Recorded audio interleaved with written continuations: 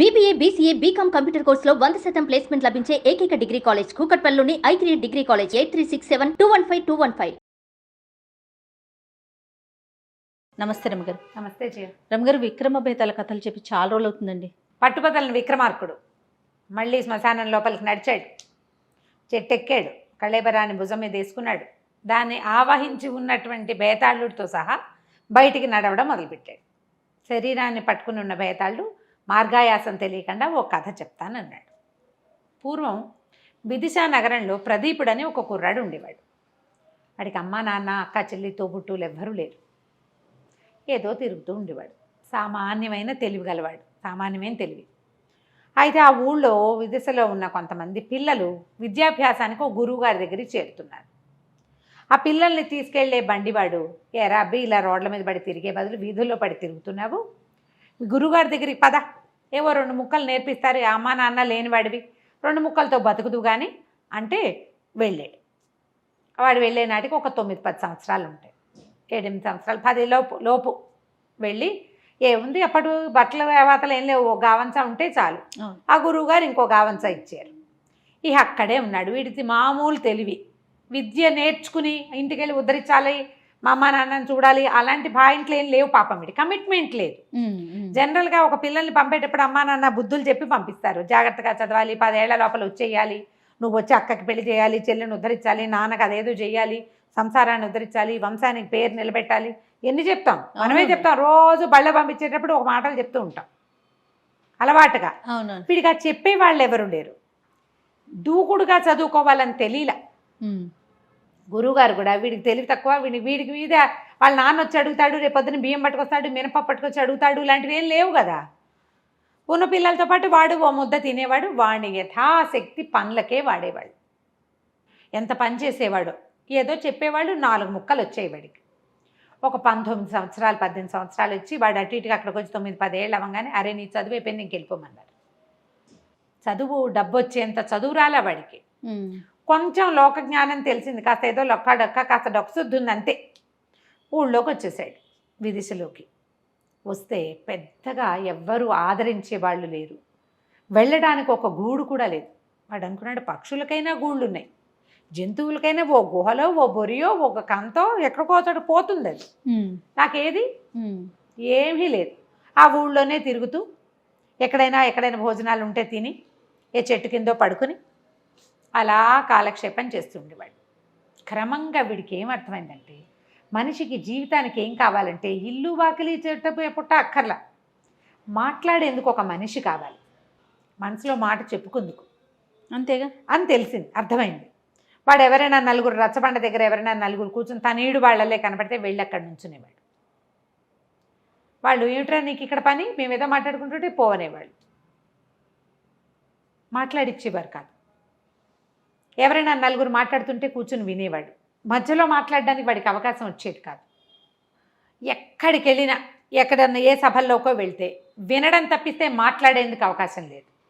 భోజనశాలకు వెళ్ళినా కూడా వీడేమైనా ఎప్పుడైనా ఒకసారైనా పావలా ఇచ్చేవాడు కాదు కదా. అవును, మిగిలిన అన్నం తినేవాడు. వాళ్ళు ఏం మాట్లాడతారు, వీడికి చదువు లేదు, ఉద్యోగం లేదు, సద్యోగం లేదు. ఉచిత భోజనశాలలు కూడా ఉండేవి, వాళ్ళతోటి మాట్లాడడానికి కూడా వీడికి అంత చొరబడి మాట్లాడటం రాదు, కానీ మాట్లాడుతుంటే వినాలని ఉండేది. క్రమంగా వాడికి జీవితం విరక్తి పెట్టిపోయింది. ఎవ్వరూ మాట్లాడేందుకు దిక్కులేని వెధవ బతుకెందుకు, అనవసరం కదా అనిపించేసింది. ఎన్ని ఊళ్ళో తిరిగాడు, ఎక్కడా వాడిని ఏట్రా అబ్బాయి నీ సంగతి నువ్వే అలా అడిగిన వాళ్ళు ఎవరు ప్రపంచంలో ఎవడి గోల వాడిది, నీతో నాకేమైనా పని ఉంటే మాట్లాడతా, లేకపోతే ఎందుకు మాట్లాడతా, దారిపోయేవాడిని పిలిచి మాట్లాడడం కదా. ఇలా జరిగిపోతుంటే వాడికి ఏమనిపించిందంటే, ఓనాడు వెధవ బతుకెందుకు, చచ్చిపోదాం. ఓల్డ్ మార్గాలు ఆలోచించాడు, ఎట్ట చచ్చిపోవాలి. ఇప్పుడు ఏ చెట్టుకో ఊరి పోసుకుంటే ఊళ్ళో వాళ్ళు చూసి ఆ పూట ఊళ్ళో అందరికీ తిండి లభించకుండా అనాథ శవం, దాన్ని ఎవరు తగలేయాలి, రకరకాల ప్రశ్నలు ఆలోచించాడు. వీళ్ళందరికీ ఇబ్బంది కూడా పెట్టకూడదు మనం. ఈ రచ్చబండ దగ్గర చెట్లు బాగుంటాయి, అక్కడ చెట్టు మీద ఊరేసుకుంటే ఎవరు అక్కడ కూర్చోకుండా అయిపోతారు, ఇక్కడ కూడా వద్దనుకున్నాడు. ఆలోచించి ఏమనుకున్నాడు, చెరులో పడిపోదాం, కాలువ కొట్టుకుపోతుంది శరీరం, ఏ జలచరాలు తింటాయి పోని అనుకొని వాడికి నడుపుకు ఒక గావంచ ఉంది. ఇవి ఫంక్షన్లు అప్పుడు బట్టలు పంచుతారు, అట్లా ఒక గనగంత ఒక ఉత్తరీయం ఒక లభించినాయి వాడికి. ఏమనుకున్నాడు, దాన్ని చేతులు కట్టేసుకుని నదిలో దిగుదాం. కాళ్ళు చేతులు కట్టేసి ఉంటాయి కాబట్టి కొంచెం లోపలికి వెళ్ళిన కొందికి ఏదో ఇట్లా అంటాడు. మామూలుగా మనం మామూలు వాళ్ళని నీళ్ళలో పడేస్తే వాడు యథాశక్తి ప్రయత్నం చేస్తాడు బతకడానికి. వీడికి కొంచెం ఈతొచ్చు. గురుగారి దగ్గర ఉన్నప్పుడు సెలయేళ్ళ దగ్గర అక్కడ తిరిగిన అనుభవం ఉంది వాడికి. కొట్టుకుని పైకి వచ్చేస్తానేమో. గురుగారి దగ్గర ఉన్న చదువులో వాడికి ఏమర్థమైంది, ప్రాణి చావడానికి ఎప్పుడూ ఇష్టపడదు. పీక నుండి వేస్తుంటే తోసేయడానికి ట్రై చేస్తాడు. చచ్చిపోదామనుకున్న వాడు కూడా తోసేస్తాడు. కాళ్ళు కొట్టుకుంటే శరీరం ఒప్పుకోదు, చావుకి రెడీ అవ్వదు.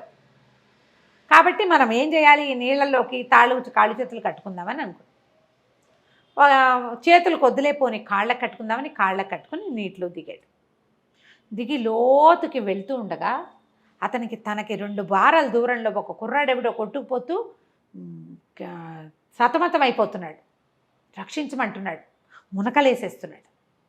దాంతో వీడికి అయ్యో వాడెవడో, నేను కావాలని చచ్చిపోతున్నా, వీడెవడో ఒట్టిగా ఇదిగా కొట్టుకుపోతున్నాడు, వాడెక్కడో పైనుంచి కొట్టుకొస్తున్నట్టుగా ఉన్నాడు. వీడు ఆగ మేఘాల మీద అవి కాలికి చేతులు కట్టుకోలే, ఇంకా కాళ్ళకే కట్టుకున్నాడు. ఆ కాలుది ఎట్లా కొట్లా తొక్కి దాన్ని ఊడ తీసుకుని ఆ పరిగెడుతున్న ఆ నీళ్ళలో కొట్టుకుపోతున్న వాడు వెనకాల పడ్డాడు. వాడు ఇంచుమించుగా వీడంత పొడుగు ఉండి పుష్టిగా ఉన్నాడు. వీడికి ఆహారం అప్పుడప్పుడు దొరికి బక్కవాడు. వీడు ఆ పడిపోయి నీళ్ళలో పడి ఉన్నవాడు మంచి దృఢమైన వాడు, బలాఢ్యుడు. వాడిని నది మధ్యలో నుంచి ఒడ్డుకి ఈడ్చుకొచ్చేసరికి ప్రాణాలు కడబట్టిపోయినాయి. వాడి వల్ల కాల, కానీ వదిలే బుద్ధి కాల. నా వల్లే కావట్లేదు, చచ్చిపోతానంతే అర్థమవుతోంది. వీడిని వదిలేస్తే వాడు పోతాడు, నేను పోతా. కానీ వాడు ప్రాణాల కోసం కొట్టుకుంటున్నాడని అర్థమయ్యారు రెండో వాడు. వాడిని ఈడ్చుకొచ్చేసాడు. ఈ నది వెంబడి కొంతమంది పరిగెత్తుకుంటూ వస్తున్నారు, సైనికులు లాంటి వాళ్ళు. చిన్నబాబు అని అరుస్తూ. ఎప్పుడైతే ఈ కుర్రాడు, ఈ మన ప్రదీపుడు ఈ కుర్రాడిని పట్టేసుకున్నాడు, ఆ రెండో వాడిని పట్టుకున్నాడో లాక్కొస్తున్నాడో, పైగా ఏంటంటే ఎక్కడ కనపడితే అక్కడే లాక్కొచ్చేయలేరు, ఇంకా ముందుకు ఓ పక్కకు కొట్టుకుంటూ వెళ్ళాలి కదా ఈదుకుంటూ. అక్కడ దాకా వాళ్ళంతా పరిగెత్తుకొచ్చారు. ఇతను ఒడ్డు మీదకి వచ్చి వాడిని అక్కడ బారేసి ఇట్లా చొప్పకట్టలా పడిపోయేసరికల్లా వాళ్ళు చిన్నబాబు అని తీసుకొచ్చిన వాడిని వదిలిపెట్టేశారు. ఆ కుర్రాన్ని పట్టుకున్నారు వాళ్ళు. నీళ్లు కక్కిచ్చారు.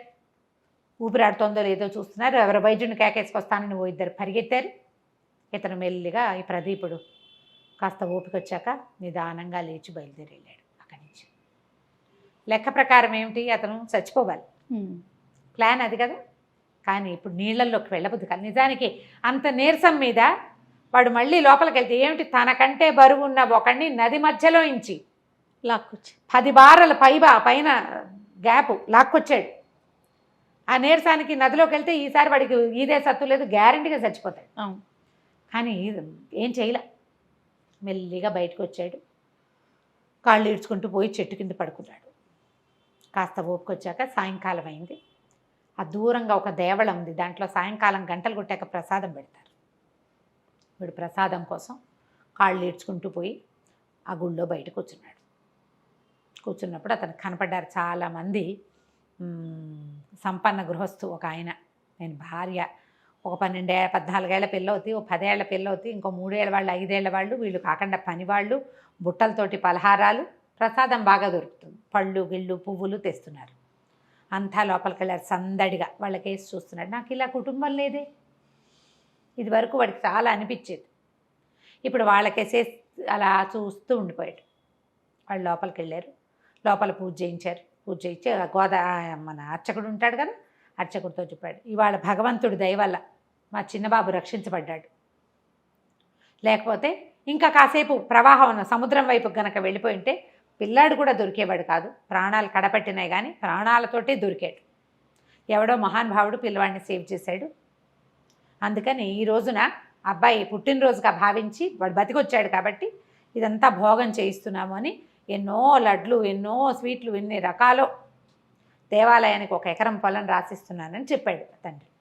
ఇంతలో పని వాళ్ళు బయటికి లోపలికి తిరిగి ఒక కుర్రాడు ఒకడు పరిగెత్తుకొచ్చి పొద్దున్న చిన్నబాబుని రక్షించినలా ఒక అతను కనపడ్డాడు కదా, అలాంటి వాడే ఒకడు వాకిట్లో కూర్చుని ఉన్నాడు. సేమ్ అలాగే పోలికలో కనపడుతున్నాడు. అతను అవునో కాదో తెలియదు. ఆ పెద్ద ఆయన భార్య గబగబా బయటకు వచ్చారు. బాబు ఎవరినైనా నువ్వు పేరేమిటి, నువ్వు ఎక్కడ చదువుకున్నావు, ఎవరి పిల్లవాడివి అని అడిగారు. ఎవరు లేరండి, నేను ఫలానా గురుగారి దగ్గర చదువుకున్నా, నా పేరు ప్రదీపుడు, మాది విదిశానగరం అంటే చెప్పారు. బాబు నువ్వు పొద్దున్న ఎవరినైనా రక్షించావంటే అవునండి, నదిలో పిల్లవాడు ఒక కుర్రాడు పడిపోతే నేను పట్టుకున్నాను, కానీ ఆయన వచ్చి కాళ్ళు పట్టుకున్నాడు, ఆయన ఏమగన్నదో నీ వల్ల మా పిల్లవాడు బతికాడు, 25 ఏళ్ళు చేతికి అందొచ్చిన కొడుకు నదిలో గుర్రమించి నదిలో పడిపోయాడు, అతనికి ఈద రాదు. వాళ్ళు వెంటనే గబగబా లడ్డూలు ప్రసాదాలు అన్నీ పెట్టి ఇక ప్రదీపుని తీసుకెళ్ళిపోయాడు. ఇంటికి తీసుకెళ్ళి మా అబ్బాయి చాలా ఏడిచేస్తున్నాడు మధ్యాహ్నం నుంచి, నన్ను బతికిచ్చి వాడు ఎవడో చచ్చిపోయాడేమోనని భయపడుతున్నాడు, నువ్వేమయ్యావో మా పాలేళ్ళేమో పని వాళ్ళు చూడలేదు సైనికులు. మధ్యాహ్నం నుంచి మా అబ్బాయి అన్నం కూడా తింటలేదు, ఏదో కాస్త ద్రవం పుచ్చుకున్నాడు, నన్ను రక్షించిన వాడు బతుకున్నాడో లేదో కనుక్కోండి, లేకపోతే వాడి బతుకు నేను బతకాల్సి వస్తుందని ఏడుస్తున్నాడు అని తీసుకుపోయారు. ఆ అబ్బాయి కావలిచ్చుకున్నాడు, నీ వల్ల నేను బతుకున్నాను అని చెప్పి మాతోటే ఉండు అని ఉంచుకున్నారు. 6 నెలల తర్వాత వాళ్ళ పెద్ద అమ్మాయిని ఇచ్చి పెళ్లి చేశారు. ఆ కుటుంబం ఇతని కుటుంబం అయిపోయింది. ఈ కథ చెప్పాడు భేతాళుడు. చెప్పి రాజా మార్గాయాసం తెలియకుండా కథ విన్నావు కదా, చచ్చిపోదామనుకున్న ప్రదీపుడు ఎందుకు మళ్ళీ రెండో అవకాశాన్ని వినియోగించుకోలేదు? ఆ కుర్రాన్ని తెచ్చి బయటపడేశాడు, పోయి నదీ ప్రవేశం చేయొచ్చుగా, పుసుక్కుని పోయేవాడు అంత నీరసం మీద, ఎందుకు చేయలేదు అంటే రాజు చెప్పాడు, తన జీవితానికి ఏ ఉపయోగము లేదనుకున్నాడు ప్రదీపుడు, కానీ తను ఒక ప్రాణాన్ని రక్షించేసరికల్లా ఎవరినైనా రక్షించడానికి ఏ బంధము అక్కర్లేదు, బతికి ఉండడానికి బంధమే అవసరం లేదని అర్థమైంది. బతుక్కి బంధం ఎందుకు, మనం కల్పించుకుంటాం. ఇప్పుడు వాడెవడని వాళ్ళ అమ్మగన్న కొడుకుని వీడు ఎట్లా రక్షించాడు, తల్లి ఎట్లా ప్రాణం పోసిందో ఇతను అట్లా ప్రాణం పోసాడు కదా, నేను ఇది చేయగలను, ఈ ప్రాణమే గొప్పది అని భావించి ఇక చచ్చిపోకూడదు అని నిర్ణయించుకున్నాడు. అతనికి ఎప్పుడైతే బతుకు మీద తీపొచ్చిందో అతనికి బతుకు దగ్గరకు వచ్చింది. ఆ తర్వాత జమీందారులో లోపల పెద్ద ఉద్యోగంలోనే చక్కగా ఇంటల్లుడుగా హాయిగా స్థిరపడి ఉంటాడు అని చెప్పాడు. ఎప్పుడైతే మౌనభంగం అయ్యిందో భేతాళుడు రైమని ఎగిరిపోయాడు, నువ్వు మౌనభంగం చేసావు కాబట్టి మళ్ళీ కలుద్దామని చెప్పేసి వెళ్ళిపోయాడు. కథ కంచికి మనం ఇంటికి. నమస్తే రమ్మగారు. నమస్తే జయ.